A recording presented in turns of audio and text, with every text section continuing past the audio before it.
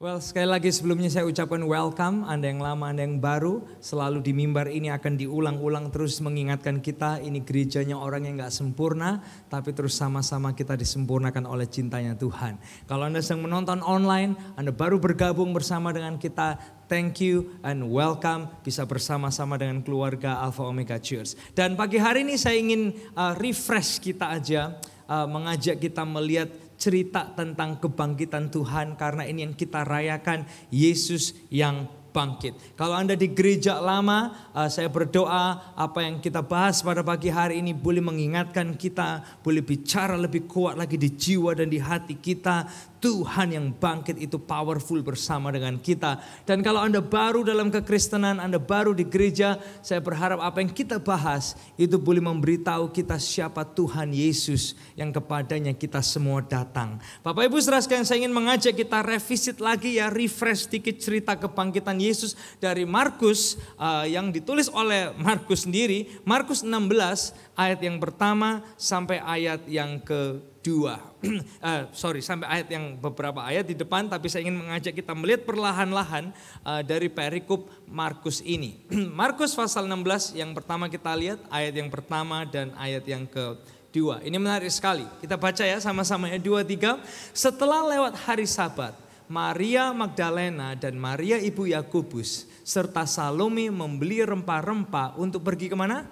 Kubur, meminyaki Yesus. Dalam pikiran mereka gini, ke kubur berarti apa? Orang mati. Itu yang mereka pikirin. Dan pagi-pagi benar pada hari pertama minggu itu, setelah matahari terbit, pergilah mereka ke kubur. Nah Bapak Ibu saudara sekalian, hal yang baik yang mereka lakuin, mereka ke kubur, meminyaki, memperingati dan menghargai, itu manusiawi banget dan itu baik sekali.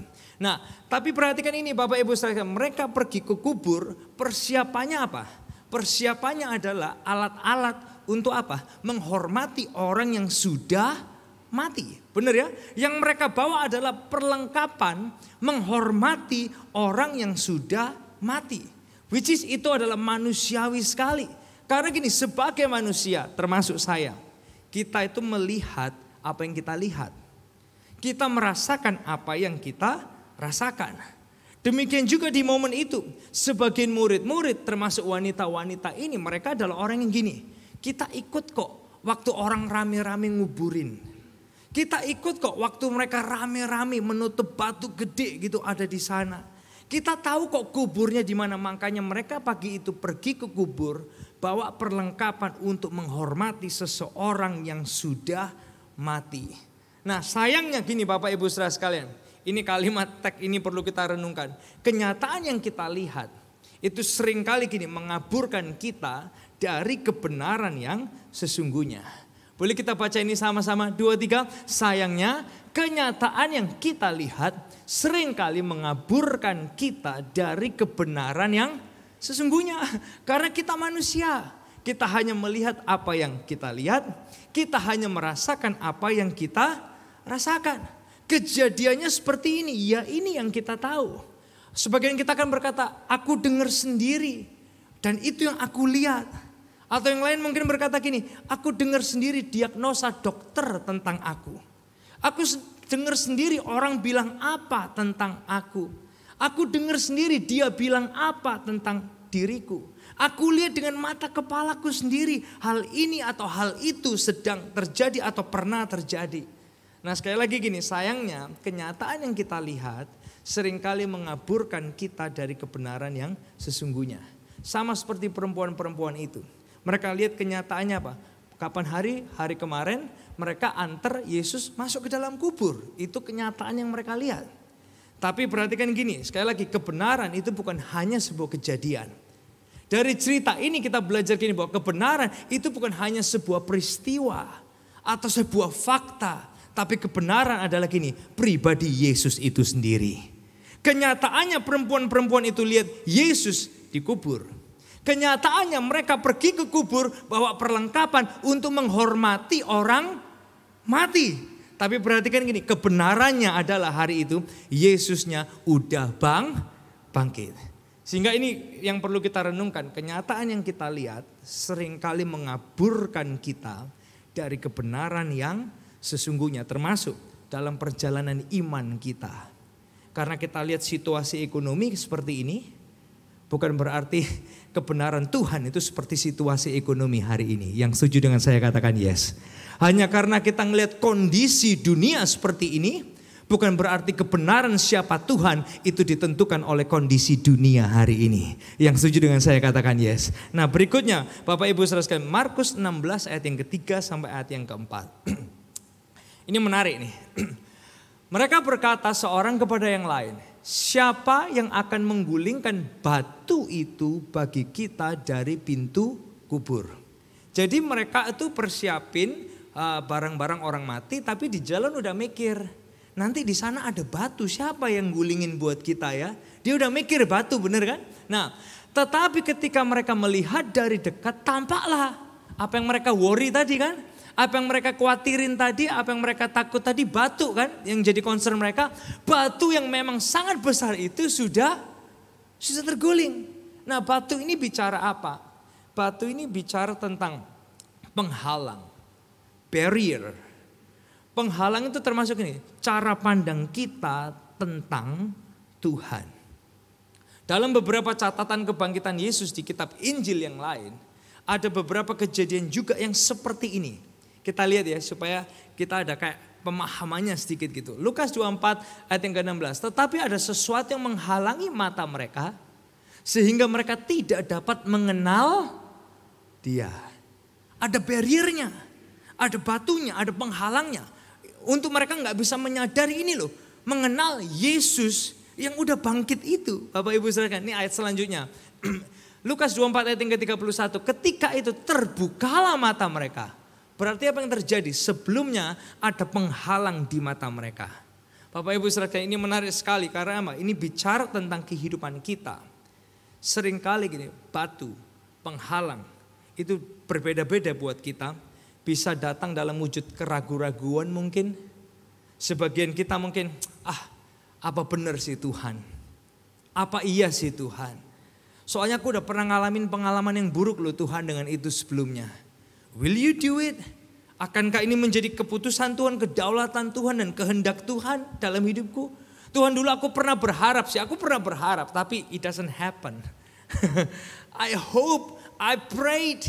Aku udah coba yang terbaik, tapi ternyata it doesn't work. Apakah Tuhan kali ini akan works? Dan ini sekali lagi yang sering kali kita lakukan. Kita mengkotakkan Tuhan, menggambarkan Tuhan dengan peristiwa dan kejadian hidup kita, benar gak? Itu yang sering kali kita lakukan. Sehingga kemudian kita akhirnya menggambarkan sosok Tuhan hanya berdasarkan dari apa yang mungkin gak works dalam hidup kita. Atau yang mungkin works dalam kehidupan kita. Dan seperti ini yang mereka alami di hari itu, di momen kebangkitan itu. There is barrier yang menjadi penghalang mereka. Nah, Markus 16 ayat yang ke-5 sampai ayat yang ke-6. Ceritanya berlanjut dan ini menarik. Lalu mereka masuk ke dalam kubur dan mereka melihat seorang muda memakai jubah putih duduk di sebelah kanan. Mereka pun sangat terkejut. Tetapi orang muda itu berkata kepada mereka, jangan takut. Kamu mencari Yesus orang Nazaret yang disalibkan itu. Ia telah bangkit, ia tidak ada di sini. Lihat, inilah tempat mereka membaringkan dia. Yang saya ingin ajak kita belajar bersama pagi hari ini dari ayat yang ke-5 adalah gini. Lalu mereka masuk ke dalam kubur. Perhatikan kalimat awal itu. Lalu mereka masuk ke dalam kubur. Artinya apa? Setidaknya di momen itu, yes, tadinya mereka mikir ada batu. Ternyata sampai di sana, batunya udah tergulingkan. Tapi yang mereka lakuin berikutnya adalah gini, mereka masuk ke dalam kubur. Artinya gini, mereka mengambil langkah. They take the next steps. Mengambil langkah apa? Untuk membuka diri mereka, take a risk untuk melihat what's inside, apa yang ada di dalam. Bukan hanya gitu, mereka membuka diri mereka, masuk melangkah untuk apa? Menyaksikan gini, kuasa Tuhan yang sudah terjadi, yaitu apa? Kebangkitan Yesus. Nah Bapak Ibu saudara sekalian, apa sih buat kita? Kadang gini, kita perlu melangkah. Seperti murid-murid ini, perempuan-perempuan ini, mereka mengambil langkah masuk ke dalam kubur. Semua kita juga perlu gini, ambil langkah dalam hidup ini. Mengambil langkah apa? Melewati keraguan-raguan kita. Boleh enggak orang Kristen ragu? Bisa aja. Boleh enggak? Terserah aja. Asal dari keraguan-raguan itu bisa membawa kita semakin mengenal Tuhan dan membawa kita semakin faham tentang Tuhan, why not? Nah, kadang kita juga perlu gini, melangkah. Mengapa? Menghadapi trauma masa lalu kita. Menghadapi ketakutan masa lalu kita. Kita perlu take the next steps. Melangkah. Kita perlu melangkah apa? Lebih jauh dari kenyataan yang sedang kita hadapi hari-hari ini. Yes, ini realitanya, ini kondisinya. Tapi kita perlu terus melangkah. Karena apa? Karena Tuhan kita lebih besar daripada definisi kondisi yang sekarang. Tuhan kita lebih besar daripada kenyataan kondisi yang ada. Yang setuju dengan saya katakan yes. Bahkan gini, Tuhan kita lebih besar dari yang sering kali ada di pikiran kita. Di momen itu pikiran murid-murid dan perempuan itu apa? Dia mati. Tapi mereka melangkah untuk menyaksikan kebenaran Tuhan yang lebih besar dari yang ada di benak mereka. Melangkah lebih dari apa? Batu besar penghalang itu untuk apa? Mengalami ini loh, kuasa Tuhan. Kuasa kebangkitan Tuhan dalam hidup kita. Dan ini yang powerful ayat yang ke-6. Tetapi orang muda itu berkata kepada mereka, ini yang perlu kita rayakan hari ini dan ini yang kita rayakan, jangan takut. Kamu mencari Yesus orang Nazaret yang disalibkan itu, ia telah apa Bapak Ibu Saudara sekalian? Bangkit. Ia telah bangkit, ia tidak ada di sini. Lihat ini tempat mereka membaringkan dia. Yes, Yesus mati untuk dosa kita. Tapi yang juga perlu kita rayakan hari ini, dia bangkit dari kematiannya. Dan karena dia bangkit, karena Yesus hidup, ada harapan buat hari esok kita. Because he lives, hal yang simple, kalimat yang simple, we can face tomorrow. Boleh kita ucapin ini sama-sama 2, 3. Because he lives, we can face tomorrow. Karena Yesus hidup, ada harapan buat hari esok kita. Karena Yesus hidup. Saudara, nangkep itu baik-baik di hati kita masing-masing. Saya berdoa, yes, kalau Anda orang Kristen, Anda 30 tahun Kristen ini 30 kali Anda merayakan Paskah. Anda hadir di ibadah Paskah. Kalau Anda usia 70 tahun, 70 kali mungkin Anda hadir di ibadah Paskah. Sejak usia 1 tahun udah diajak mamanya ke gereja dan lain sebagainya. Tapi doa kita hari ini, biarkan apa yang kita rayakan hari ini, kebangkitan Yesus itu boleh bicara kuat di jiwa kita, di kedalaman kita. Khususnya menghadapi hari-hari seperti ini, kita perlu tahu Anda gak sendirian, ada kuasa kebangkitan Kristus bersama-sama dengan kita. Oh, berikan tepuk tangan yang luar biasa buat Tuhan kita. Come on.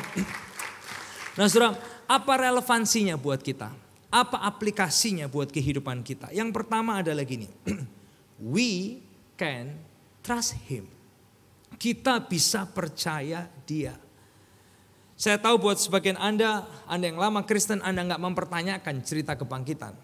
Sebagian kita mungkin gini, apa benar sih? Kalau Anda cuma ikut-ikutan iman orang tua, pasti kita akan mempertanyakan, Dad, apa benar sih Tuhan kita itu bangkit? Nah, cerita kebangkitan Yesus ini bukan hanya sekedar story yang bagus atau legenda yang indah atau yang terkenal yang dicerita-ceritakan, bukan. Tapi cerita kebangkitan Yesus ini, sekali lagi, ini merupakan fakta sejarah yang bisa kita lihat bersama-sama. Nah, Bapak Ibu Saudara sekalian, Markus 16 ayat yang ke-7 bilang gini, tetapi sekarang pergilah, katakanlah kepada murid-murid, ia mendahului kamu ke Galilea, di sana kamu akan apa? Melihat dia. Perhatikan kalimat ini, boleh kita ucapin kalimat ini bersama-sama selanjutnya 2, 3. Seperti yang sudah dikatakannya kepada kamu. Hey, as he told you. Kan dia udah pernah bilang sama kamu. Dia sudah pernah cerita sama kamu. Seperti yang sudah dikatakannya. Hanya mungkin murid-murid yang gak dengar dengan jelas. Nah, Matius 28 ayat yang ke-6. Perhatikan gini, Markus bilang seperti itu. Matius cerita gini, sebentar saya akan ajak Anda memikirkan dan merenungkan yang lebih dalam lagi. Matius 28 ayat yang ke-6 mencatat apa? Ia tidak ada di sini sebab ia telah bangkit. Kalimatnya sama, berarti kita ucapin sama-sama next ini 2, 3. Sama seperti yang telah dikatakannya. Mari lihatlah tempat ia berbaring. Perhatikan ini, sama seperti yang telah dikatakannya. Siapa orang-orang ini? Matius, Markus Itu murid Yesus. Mereka yang berjalan bersama-sama dengan Yesus. Dan penulisan Matius dan Markus itu enggak, zaman sekarang kan bisa ada WA, bisa ada. Penulisan Matius Markus, kalau Anda belajar Alkitab Anda akan lihat tahunnya aja berbeda. Jadi mereka waktu nulis itu enggak janjian. Tapi ini semua based on true experience. Makanya cerita mereka itu bisa berdekatan satu dengan yang lainnya. Itu cerita apa? Itu membuktikan kepada kita bahwa gini, cerita ini bukan dongeng. Kalau ini dongeng, 2 orang menulis atau 3 orang menulis, maka versinya bisa beda-beda. Tapi karena ini bukan dongeng, ini pengalaman sebagai saksi murid yang ikut bersama dengan Yesus, maka ceritanya itu bisa deket banget. Ditulis pada tahun yang berbeda, tapi dari pengalaman dari satu sumber, sebuah fakta kehidupan seorang Yesus yang bangkit. Yang setuju dengan saya katakan yes. Bisa ngikutin Bapak Ibu saudara sekalian. Nah, kalau saya boleh compare gini. Kalau Anda yang suka ilusi gitu ya, ilusi. Pernah lihat film ini, Now You See Me. Now You See Me yang kedua. Nah, di satu bagian film itu diceritakan ada seorang ilusionis ya, yang bisa bikin ilusi-ilusi dan magic-magic, namanya adalah Lionel Strike. Nah, dia akan mengadakan atraksi di cerita itu, di film itu. Dimasukkan ke dalam lemari besi dengan tangan dirantai. Lemari besi itu diceburkan ke dalam sungai. Dan kemudian dia akan membuktikan diri kalau dia bisa membebaskan dirinya dari kotak itu dan kemudian muncul di sungai itu. Nah, sebelum dia melakukan atraksi ini, dia bilang sama anaknya yang namanya Dylan. Kamu tunggu di kursi itu ya. Kita samakan jam, tunggu berapa lama, kemudian mereka janjian 300 detik itu janjian mereka. Setelah itu mereka akan ketemu lagi setelah atraksi itu. Nah, setelah Lionel Strike masuk, anaknya ngitung terus. Dihitung terus sampai 300 detik. Lewat 300 detik, loh kok gak keluar-keluar Lionelnya? Kok gak keluar-keluar? Waduh, kok gak ada pergerakan di sungai itu? Banyak orang mulai panik, termasuk media, press, semua wartawan. Yang semua jadi bingung, semua jadi panik. Anaknya juga makin panik, mau jebur ke dalam air, dicegat sama orang-orang supaya apa? Supaya gak makin parah kehilangan atau makan korban dari peristiwa itu. Nah, Bapak Ibu saudara sekalian, kenapa saya hubungkan dengan ilusionis? Karena gini, Yesus kita dia bukan ilusionis. Dia Tuhan yang hidup.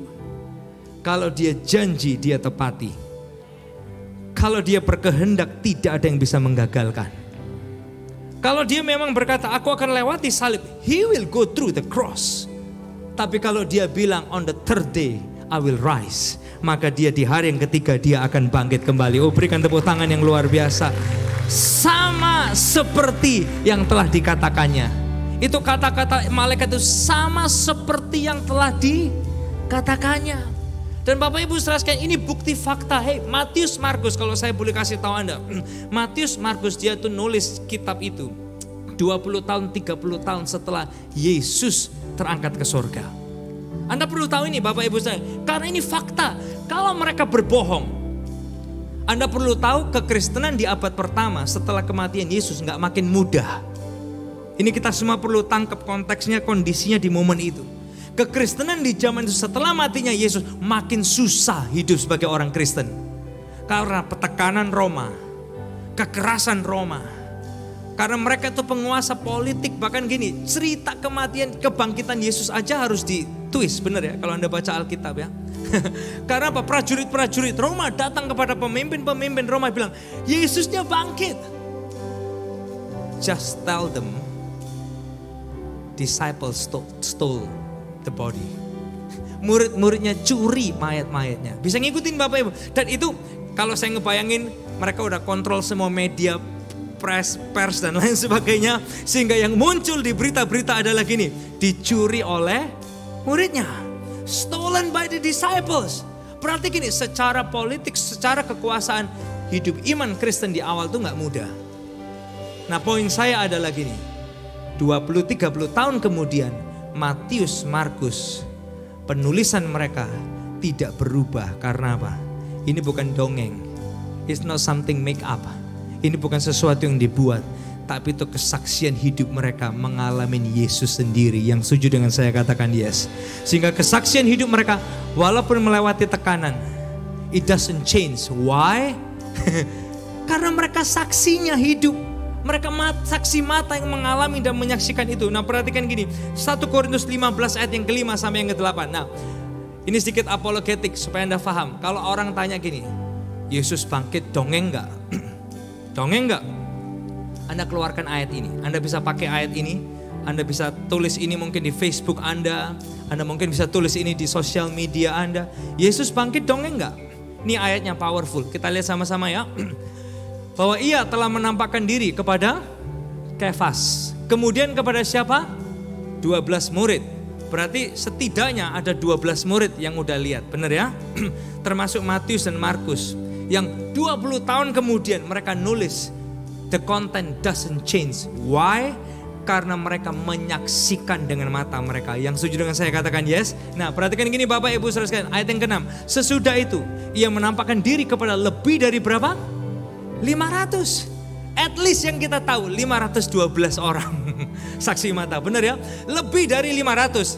Lebih dari 500, saya nggak tahu lebih itu berapa, tapi setidaknya kalau kita baca, ya udahlah bilang aja minim 500. Berarti minim 512 orang. Benar nggak Bapak Ibu Saudara sekalian? Nah, kebanyakan dari mereka siapa yang nulis ini?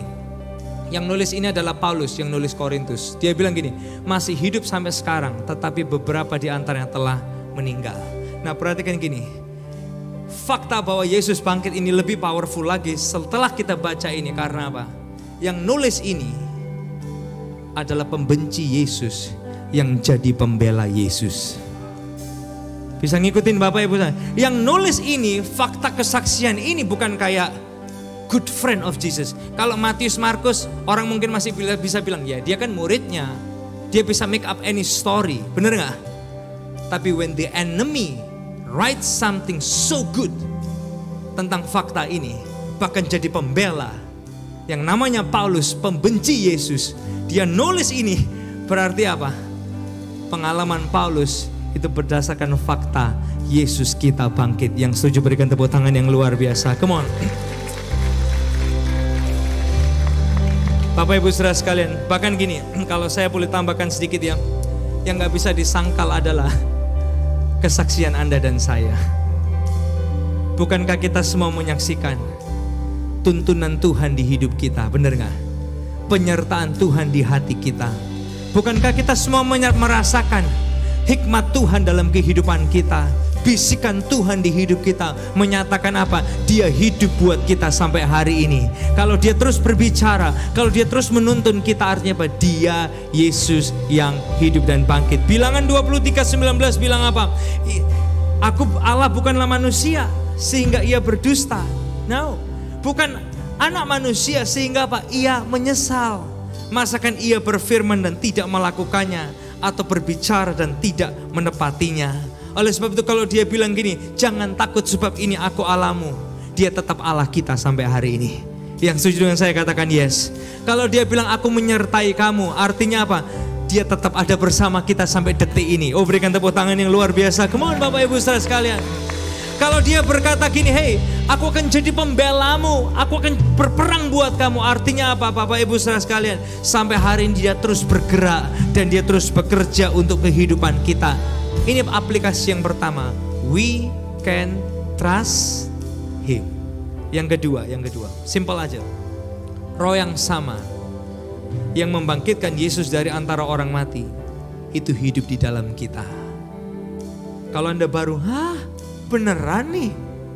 Kalau Anda bukan Kristen sekalipun, wow, Tuhan yang bangkit mau tinggal di dalam aku.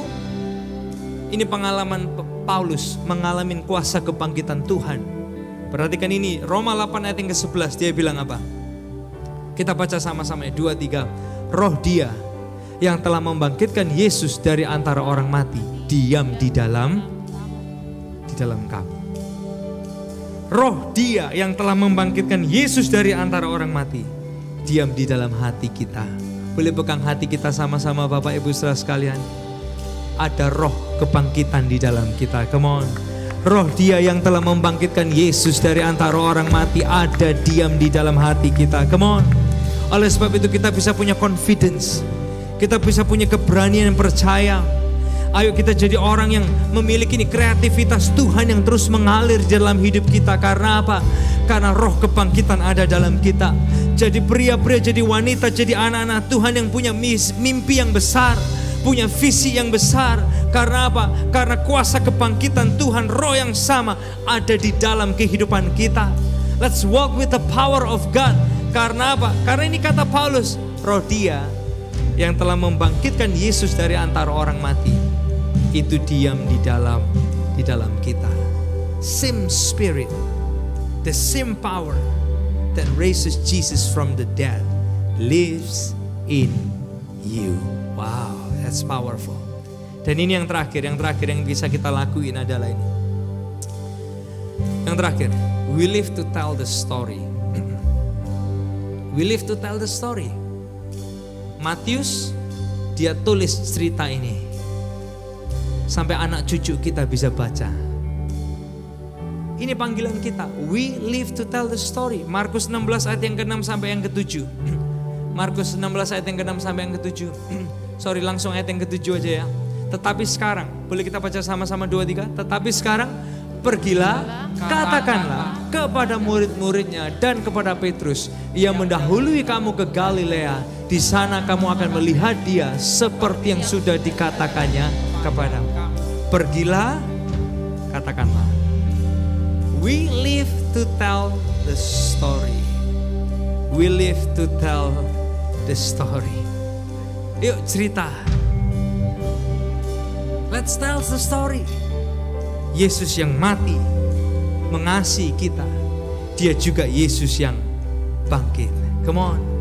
Bapak Ibu Saudara sekalian, ini menarik ya. Ini sedikit Bible study sedikit. Kata-kata itu diberitahukan kepada siapa? Tadi kepada perempuan-perempuan. Perempuan di zaman itu, perempuan itu gini, dianggap gak layak. Masuk ke sinagog tempat ibadah gak layak. Untuk terima pesan juga gak layak. Tahu gak ini maksudnya apa buat kita hari ini? Kalau ada di antara kita yang bilang gini, aku lo gak layak cerita tentang Tuhan. Aku lo masa bisa cerita tentang Tuhan. Anda perlu tahu, perempuan-perempuan di zaman itu juga gak layak. Tapi ini commandment Tuhan. Dan Dia memampukan kita to tell the story. Yang setuju dengan saya katakan yes. Kalau Anda merasa aku gak layak, come on. Perempuan-perempuan itu juga gak layak. Tapi kita dipanggil to tell the story. Yesus mati, yes. Dia juga bangkit buat kita semua. Dan bangga banget buat teman-teman yang kemarin memberikan diri mereka dibaptis. Karena baptisan adalah apa? Deklarasi secara umum bahwa apa? Aku terima Yesus sebagai Tuhan dan Juru Selamat. Aku terima kematiannya dan aku juga terima kebangkitannya. Anda percaya Dia bangkit pada pagi hari ini? Oh, berikan tepuk tangan yang luar biasa. Come on. Because He lives, we can face tomorrow. Menghadapi hari Senin besok, we can face next Monday. Karena apa? He lives. Yang setuju dengan saya katakan yes. 2021, we can face 2021 because He lives. Come on, menghadapi 2022 di depan kita. Elia masih setahun lagi, ya. Tapi we can face 2022. Why? Because He lives. So berikan tepuk tangan yang luar biasa. Boleh saya undang kita bangkit berdiri bersama-sama.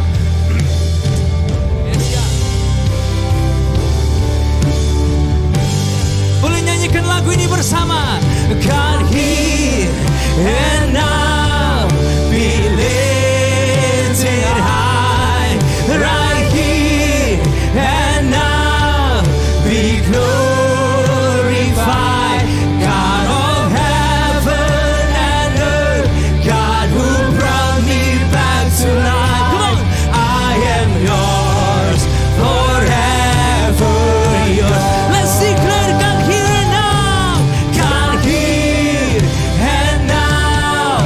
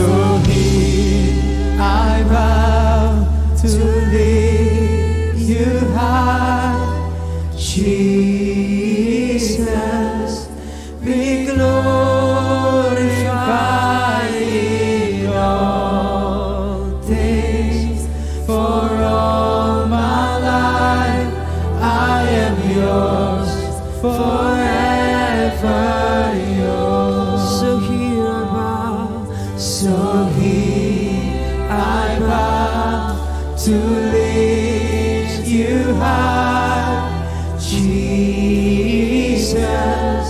be glorified in all things. For all my life I am yours, forever yours.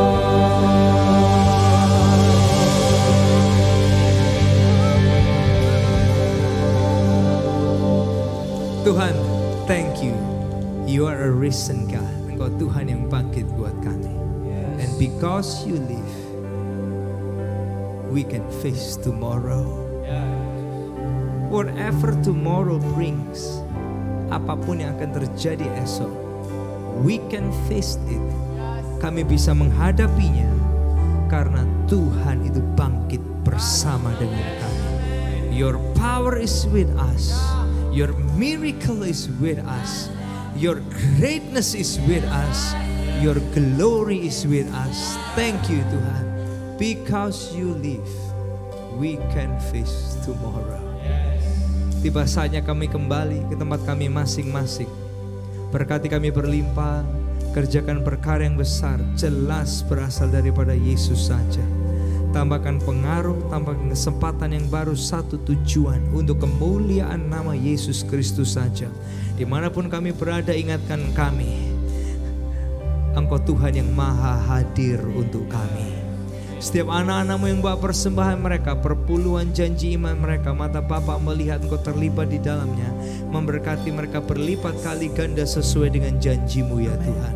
Pulangkan kami sebagai orang yang diberkati, sebagai orang yang penuh pengharapan, sebagai orang yang bisa menatap hari esok dengan kepastian. Bukan karena hebatnya kami, tapi karena Yesus kami hidup dan bangkit. Terima kasih Tuhan, kami diberkati pada pagi hari ini di dalam nama Yesus. Semua yang diberkati bersama kita berkata amin, amin, amin, amin. Selamat pagi semuanya, selamat Paskah, God bless us. Sebelum kita pulang, kita menyanyi satu lagu lagi, tepuk tangan bersama.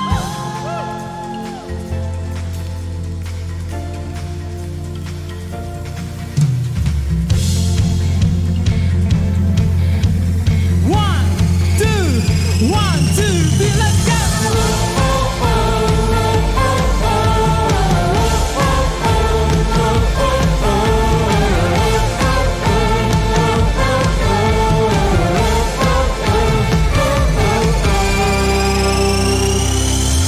Aku bayangkan hidupku tanpamu, yes. Kau membuat hidupku menjadi berarti. Segenap hidupku, segenap hidupku berserah padamu. Ku ada saat ini, semua karena bersama. Oleh karena kemurahan-Mu, ku hidup sampai saat ini. Yes, God. Oleh karena kemurahan-Mu, oleh karena kemurahan-Mu, sampai hari ini. Setangan Tuhan yang menopangku